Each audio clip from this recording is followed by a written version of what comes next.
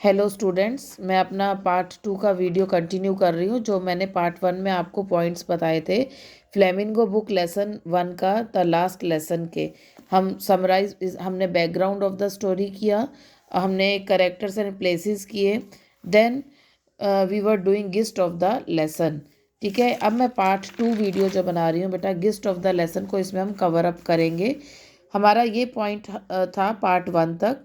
Next point is villagers occupying the last benches to pay tribute to M. Hamel for his 40 years of sincere service and also to express their solidarity with friends। जो villagers थे जिन्होंने last bench occupy किए हुए थे वो आए थे M Hemal को ट्रिब्यूट देने के लिए, बिकॉज एम हेमल की 40 ईयर्स की जो सर्विस थी वो सिंसियर सर्विस थी स्कूल में, और साथ ही साथ विलेजर्स आए थे सपोर्ट करने फ्रेंच लैंग्वेज को।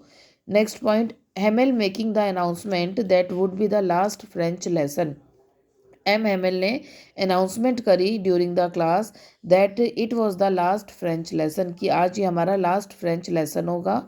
French realizes that he does not know his own mother tongue and regretted why he had not taken his lesson seriously.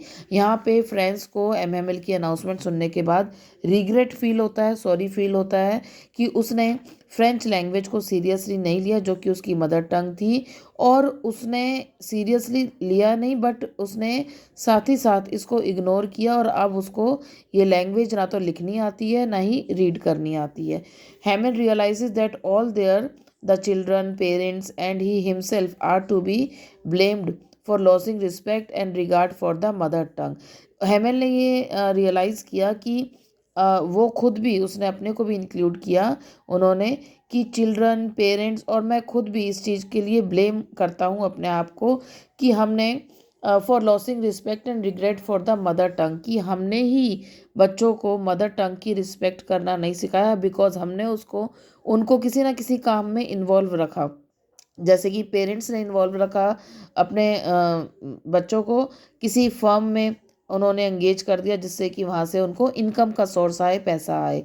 और M M L as a teacher वो अपना बताते हैं कि मैंने स्टूडेंट्स को एंगेज रखा कि भाई आज हॉलीडे है तो आज चलो वाटरिंग द प्लांट्स, और जब उनको खुद को फिशिंग पे जाना होता था तो वो अपने लेक्चर का वहाँ से रिलीफ कर देते थे, स्टूडेंट्स को हॉलीडे दे देते थे।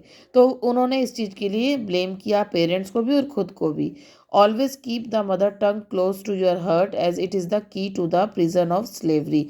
उन्होंने लास्ट में सजेशन दिया सभी को कि हमेशा अपनी मदर टंग को अपने हार्ट के क्लोज रखना, बिकॉज यही एक की है, यही एक चाबी है जो कि prison of slavery means abolition को दूर करेगी। ठीक है, यूनिटी बनाएगी हमारे में। Friends wonders scar sarcastically if Prussians could force pigeons to coo in German।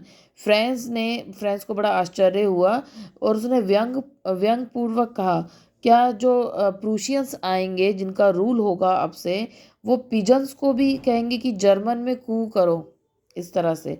हैमिल overcome with emotions could not speak and wrote on the black board.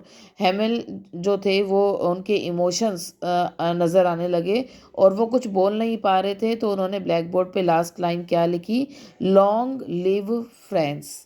Okay बेटा, ये हमारे सम अप पॉइंट्स से पार्ट 2 की video मैं complete करती हूँ, यहाँ पे एंड करती हूँ। आप मेरे चैनल को आगे आने वाली मेरी वीडियोस को देखते रहिए और ज़्यादा से ज़्यादा लाइक, सब्सक्राइब और कमेंट कीजिए। Good night, love you all.